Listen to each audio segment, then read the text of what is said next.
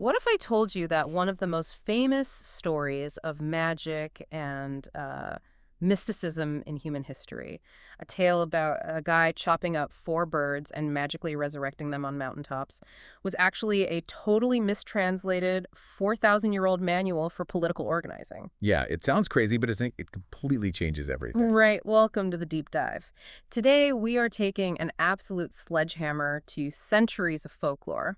We're looking at the narrative of Abraham, or Ibrahim, but not as this mystical figure with a glowing aura. We're looking at him as a systems engineer. Exactly. We're going to examine these ancient texts through the lens of sociology, economics, and honestly, civilizational survival. Because when you stream away the sentimental folklore, you get this incredibly sharp blueprint. It is a massive paradigm shift. I mean, when we read these foundational texts today, we are almost always looking through this heavy, thick lens of imported mythology. Right, the fairy tales. Exactly. We expect to see literal human sacrifice, magical rams appearing in bushes, and statues that somehow possess real theological weight. But when you look at the original linguistics, and specifically the rational socioeconomic arguments, what emerges is a sophisticated strategy for reviving fundamentally dead societies. I want to start right at the epicenter of that realization, because there's a specific verse in Surah Al-Ankabut, Ayat 16, that completely explodes the core myth of idol worship. And I think it sets the tone for everything we are talking about today. Oh, absolutely. The idol systems in Babylon, they heavily advertised that they were the deliverers of prosperity, right? Yeah. Like, pay tribute to the temple blesses you, and your crops grow. That was the social contract. Right, it's an economic transaction, but Ibrahim walks in and demolishes that. He tells them, and I'm looking at the translation here, he says, you only worship idols besides God and you fabricate a lie. Yeah. The Arabic word used there is ifk.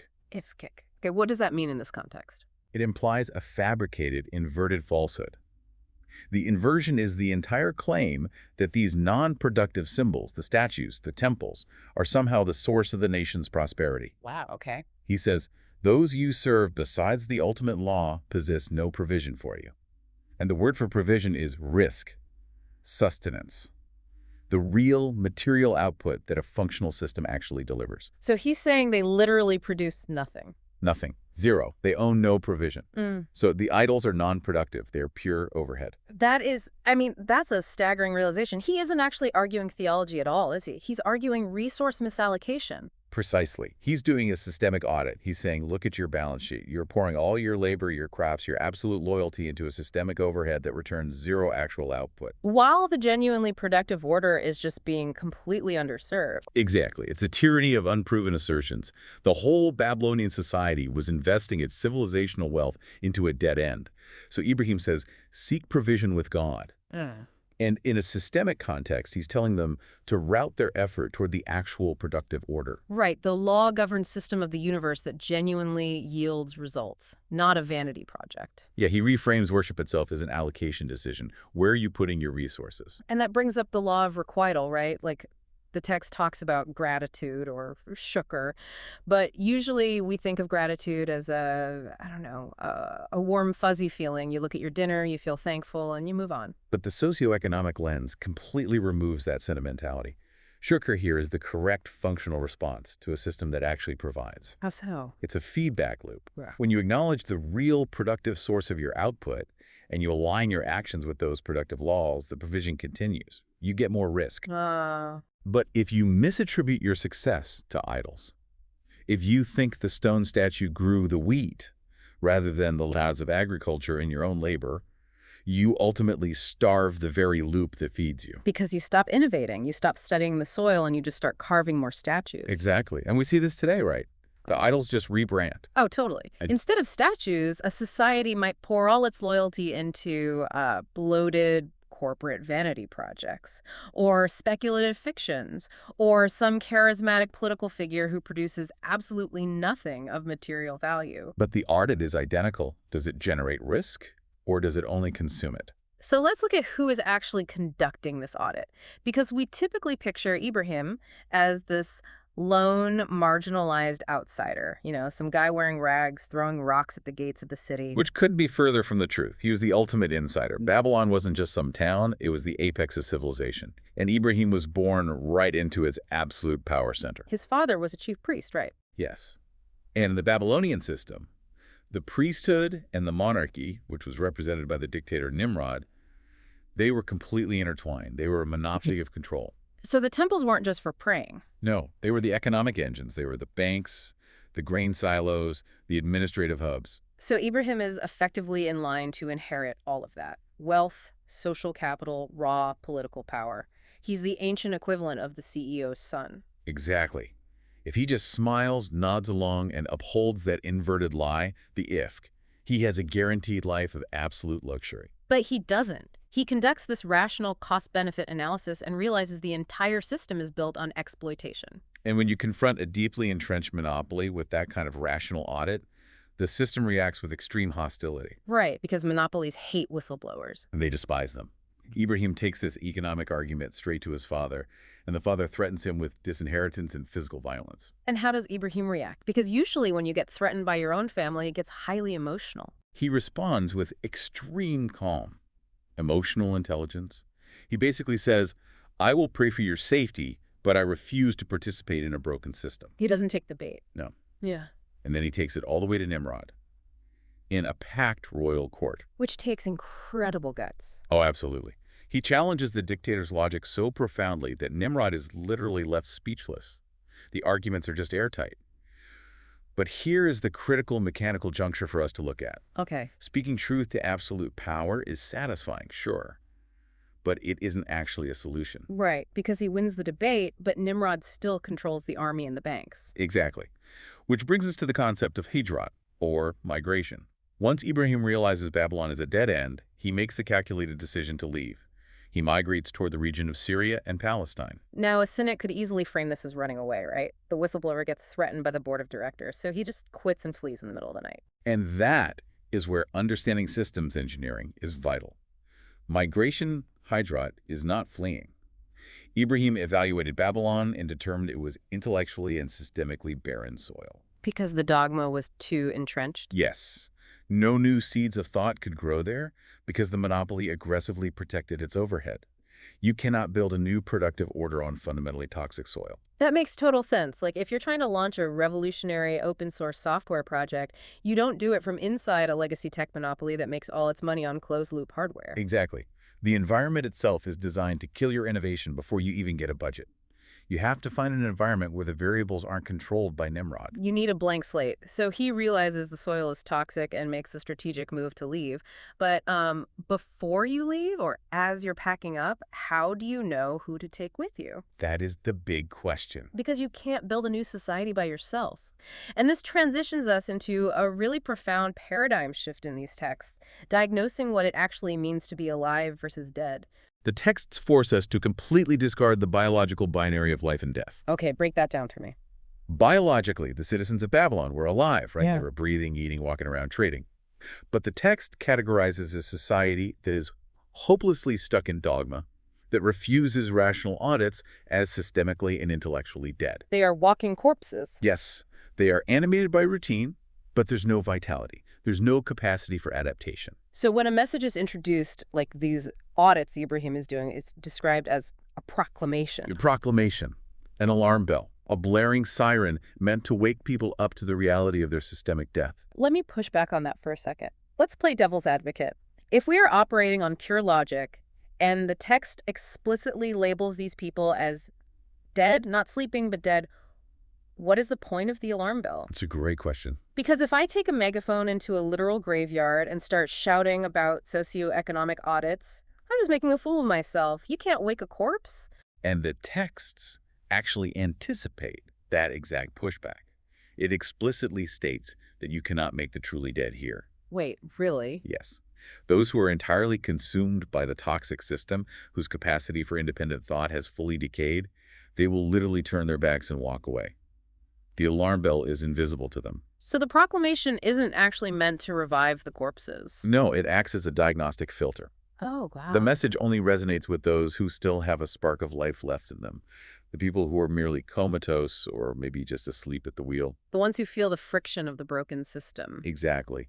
They inherently know the idols aren't providing risk, but they haven't been completely assimilated yet. The alarm is designed to catch that remaining spark and fan it into a flame. That fundamentally changes how you view public communication, Yeah. or even just management. Well, if you're trying to communicate a revolutionary idea within your company, you have to evaluate who you're actually talking to. Are you trying to wake up an employee who is just waiting for a better way?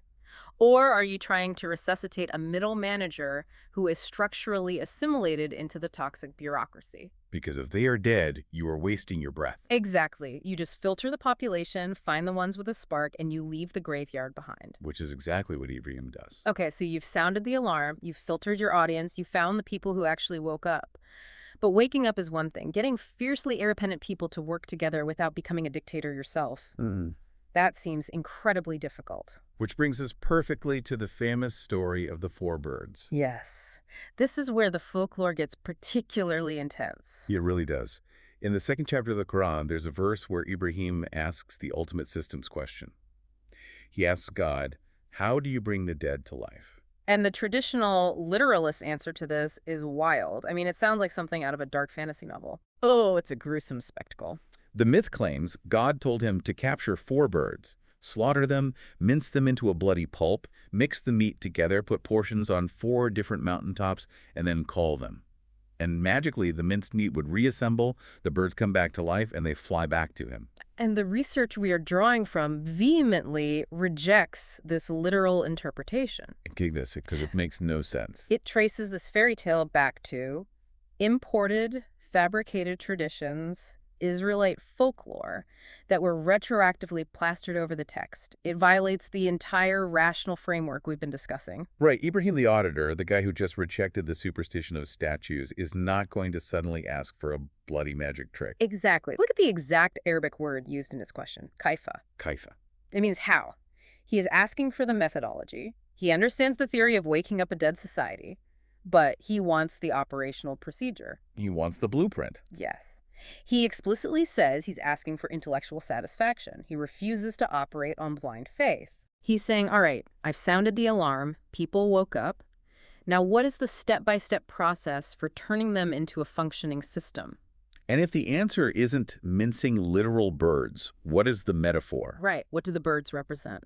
The wild bird is an allegory for untamed, fiercely independent, nomadic people. Okay, I can picture that. Think about wild birds in a jungle. If you approach them abruptly, if you assert heavy-handed dominance or startle them, what happens? They scatter instantly. They take flight. Right. They are hyper-vigilant and highly resistant to control. Yeah.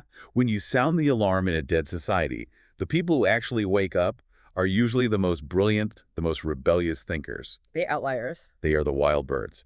If you want to build a revolutionary team out of them, the absolute worst thing you can do is try to metaphorically slaughter their independence. You can't force them into rigid compliance. You can't micromanage them because they'll just leave. I'm thinking about this like managing top-tier talent, like the Manhattan Project. You have people like J. Robert Oppenheimer trying to manage Richard Feynman and Edward Teller. These are chaotic, brilliant, eccentric minds. Right. If a military general came in and demanded rigid, unthinking obedience, the entire scientific coalition would have collapsed on day one. You cannot lead brilliant talent with a heavy hand. You don't break them. You tame them. The blueprint God gives Ibrahim is a process of socialization. You take these wild birds, you keep them close to you, and you offer them sustenance. You build trust. You spend time building profound psychological safety. You habituate them to your presence and your vision, not through force, but through consistent empathy and shared purpose. So over time, their nature shifts from fearful independence to loyal interdependence. Exactly. And the text implies that eventually, once that trust is cemented, you can deploy them far away, metaphorically, across 4 different mountaintops on different missions. And when you call them back, they don't fly away from you. They come running back to you out of deep affection and ideological alignment. that is a masterclass in organizational psychology. It really is. But it requires a very specific toolkit from the leader. You can't build psychological safety if your instinct is tyrannical. Does the historical text actually outline a behavioral model for this? Or is Ibrahim just supposed to figure out this empathy through trial and error? Oh, it gives incredibly specific linguistic models of what to do and what to avoid. Let's hear them. Let's look at the failure state first. The Arabic word used to describe the absolute failure of leadership is faz. Fuzz. which usually gets translated as something pretty generic, right? Like harsh or severe. And that translation completely erases the socioeconomic reality of the word. In the context of ancient desert-dwelling societies, a Faz isn't just someone who yells at you. It refers to a very specific, selfish, desert caravan leader. Walk me through the mechanics of that. Imagine traversing an unforgiving desert. Your survival is entirely tethered to resource management, specifically water. Right, life and death. A caravan leader uses camels because they store massive amounts of water. A Faz leader is one who hoards that critical resource. When the caravan is desperate, when the followers are literally dying of thirst, the Faz leader doesn't distribute the water to keep the team alive. He keeps it for himself. Worse, when he gets thirsty, he will selfishly force a camel to regurgitate water, or he will slaughter the camel to extract the water purely for his own biological survival. Just letting his followers perish in the sand. He views his team as expendable tools for his own preservation. Man, that is uncomfortable. But if I'm honest, I think anyone who has been in management during a severe crisis has probably felt the pull of that Faz instinct. Oh, for sure. When the budget gets slashed or a project is failing, the sheer panic makes you want to hoard information, protect your own bonus, and throw your subordinates under the bus to save your own skin. It takes immense self-awareness to resist that. And the texts argue that a revolutionary leader, the kind who can tame wild birds, must be the absolute inverse of a Saz. So what's the inverse? The true leader endures the hardship themselves. They are the last to drink. They prioritize the survival of the caravan over their own comfort. And the word used for this successful leadership model is Halim. Halim. Now, I know the research takes major issue with how Halim is understood in modern culture. Today, if someone calls you Halim, it's almost derogatory. Yeah, it implies you're soft. Like overcooked, mushy lentils, it means you're a pushover who just takes abuse because you lack a spine. And that is a severe degradation of the original word. The text strips away any connotation of weakness. The true, ancient analogy for Halim is a powerful, massive camel in its absolute prime. I love how deeply intertwined these desert survival metaphors are. They are so grounded. Picture a camel with immense physical strength. It knows its own power. Now imagine a small child climbs onto its back, pulls its ears, and just generally annoys it. Okay. Does that massive camel panic? Does it buck wildly and crush the child to assert dominance? I know, it just calmly ignores the irritation. But why? Not because it's weak. It ignores the child because of its supreme self-assurance. It knows it could crush the child in a fraction of a second, but it deliberately chooses not to react to minor infractions. Wow. That is true, Halim. It is tolerance born of immense strength, not tolerance born of weakness. That completely redefines how a leader handles mistakes. If you're managing those brilliant, chaotic wild birds, they are inevitably going to test boundaries. They're going to step out of line. Constantly. If your ego is fragile and you lash out at every minor slight, you are just acting like Nimrod. You scatter the talent. True leadership is having the absolute power to punish, but the supreme self-confidence to just absorb the annoyance and keep the team focused. The research highlights another vital biological metaphor for this, too. The mother hen. Quite like this one. When a predator approaches a brood of chicks, most animals will scatter to ensure their own survival. The mother hen lowers her wings, spreads them wide, and hides her vulnerable chicks underneath her. She absorbs the physical risk. She creates a literal shield of psychological safety. It's the exact opposite of the Faz leader who uses his team as a shield to protect himself. Exactly. But let's bring this out of ancient metaphors for a second. Give me a real-world, human example of this kind of empathic strength. The research bridges this ancient concept into modern political history with a brilliant anecdote about Quaid-e-Azam Muhammad Ali Jinnah. Okay, the founder of Pakistan. Yes. For context, Jinnah was the undisputed, monolithic leader of that movement. His authority was absolute. The anecdote describes a critical meeting he was attending with a trusted colleague, Isfahani. Jinnah was officially the president of the session. He was the head. So he had every right to sit at the head of the table. Absolutely. But as they approached the room, Jinnah deliberately stopped. He physically yielded the front position, took Isfahani by the arm, and insisted that his colleague preside over the meeting. Wait, really? Yes. Jinnah sat back in the audience and acted as a mere follower. He voluntarily gave up the spotlight. The texts refer to this as Dilnawazi, the winning of hearts. It is the conscious, deliberate decision of a supremely powerful leader to elevate their team members. He didn't need to sit at the head of the table to prove his power, because his self-assurance, his Halim, was absolute. An insecure bureaucrat would threaten to fire someone just for suggesting they share the spotlight, because the insecure leader is fundamentally weak, so they act harsh to compensate. The model being taught to Ibrahim is that building a new society requires building a coalition of equals. If you migrate away from Nimrod just to set yourself up as the new Nimrod, you haven't engineered a systemic revival. You've just changed the management of the graveyard. Exactly. That makes perfect sense. But engineering this entirely new, empathic, productive order out of nothing carries an unimaginable cost. Which brings us to the final and undoubtedly the most emotionally charged, controversial part of this deep dive. The great sacrifice. The Zibiazim. Right, because if the mincing of the birds is misunderstood, the story of Ibrahim's attempted sacrifice of his son, Ismail, is the absolute emotional core of the mythology. It really is. The story that everyone is taught is, it's terrifying. Ibrahim has a dream where God commands him to literally slaughter his own child.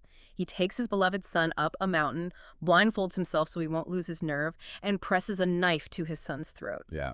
And right at the cinematic climax, God intervenes, stops the blade, and replaces the boy with a ram. And the sociological and psychological lens we are applying completely dismantles this narrative. It begins by fundamentally analyzing the mechanics of dreams. How does the research explain the dream if it wasn't a literal divine facts ordering a murder? It looks at the unconscious mind. When you are awake, your conscious mind filters reality and logic. But when you sleep, your suppressed desires, your deepest anxieties, your ultimate psychological commitments, they bubble up into your consciousness. But they do so as visual metaphors. Exactly.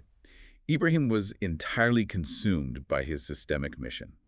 He had a deep, absolute desire to offer his most prized possession to his cause, to ensure it succeeded. And his most prized possession was his son, Ismail. Yes. He wanted to dedicate his son entirely to this revolutionary order. So when his conscious mind slept, that intense, all-consuming dedication manifested visually as a dream of literal sacrifice. It was his subconscious screaming, I am willing to give up everything, even him. Exactly. And the research argues against the literal knife and the blindfold entirely. It dismisses the entire scene. The blindfold, the knife at the throat, the magical ram appearing in the bushes, it dismisses all of it as retroactive insertions. It's folklore designed to make the story more dramatic, but it actually destroys the systemic meaning of the narrative. Because if the point of the story is just a terrifying psychological bait and switch, what is the lesson? Right. That God enjoys traumatizing his prophets. It makes no sense, especially since the entire civilizational framework Ibrahim is building is meant to end the barbarism of the old world. A literal human slaughter would have been a massive regression back to the blood cults of Babylon. Exactly. The text notes that God intervenes to tell Ibrahim, you have already fulfilled the vision. The psychological willingness, the absolute commitment, was the realization of the dream. Human sacrifice is categorically rejected. But hold on. If there was no literal slaughter, if no blood was spilled, then what actually was the massive sacrifice? Because the text calls it the Zibiazim, the great sacrifice. Right. Swapping a boy for a sheep isn't a great sacrifice. People kill sheep for dinner every single day. What was the actual cost? This is where the socioeconomic reality is so devastatingly powerful. Ibrahim didn't kill his son. He dedicated his son to a lifelong mission in a barren, uncultivated, brutal desert valley, Makkah. Walk me through what that actually means for Ishmael. Think about the inheritance Ismail was positioned to receive. He was the son of Ibrahim, who had migrated to the lush, fertile lands of Syria and Palestine. Right. He had wealth, comfort, and a prosperous life ahead of him in the civilized, agriculturally rich world. He was the heir to an incredibly comfortable legacy. And instead of taking that inheritance, he and his descendants commit to living in one of the most unforgiving environments on Earth. The historical notes emphasize that they lived on date pits and water. Wow. They embraced absolute, grinding material poverty to guard and establish a new ideological center for humanity. That barren valley was chosen precisely because it was free from the monopolies, the priests, and the Nimrods of the world. It was a blank slate. That reframes the entire concept of sacrifice. We are so culturally conditioned to think of sacrifice as a dramatic, momentary act of violence, the cinematic climax, bleeding out on an altar. But the true great sacrifice isn't bleeding out on a rock in 10 seconds. It is a grueling generational commitment. Yeah. It is the slow, unglamorous, bone-crushing daily reality of building a society from scratch in a place where nothing grows. all while knowing you could be living in absolute luxury just a few hundred miles away. Dying for a cause is easy. Living for it in a desert for 80 years is infinitely harder. Exactly. That is the true Zibiism. And it loops perfectly back to where we started in Babylon. Ibrahim audited the toxic, non-productive system. He realized the idols produced no risk. Right, they were pure overhead. To build a system that genuinely aligned with the productive laws of the universe, he had to isolate his family in an environment completely free of that toxicity, even if it meant starting in the sand. It is a complete, rational, brilliantly engineered manual for civilizational survival. Let's synthesize this incredible journey.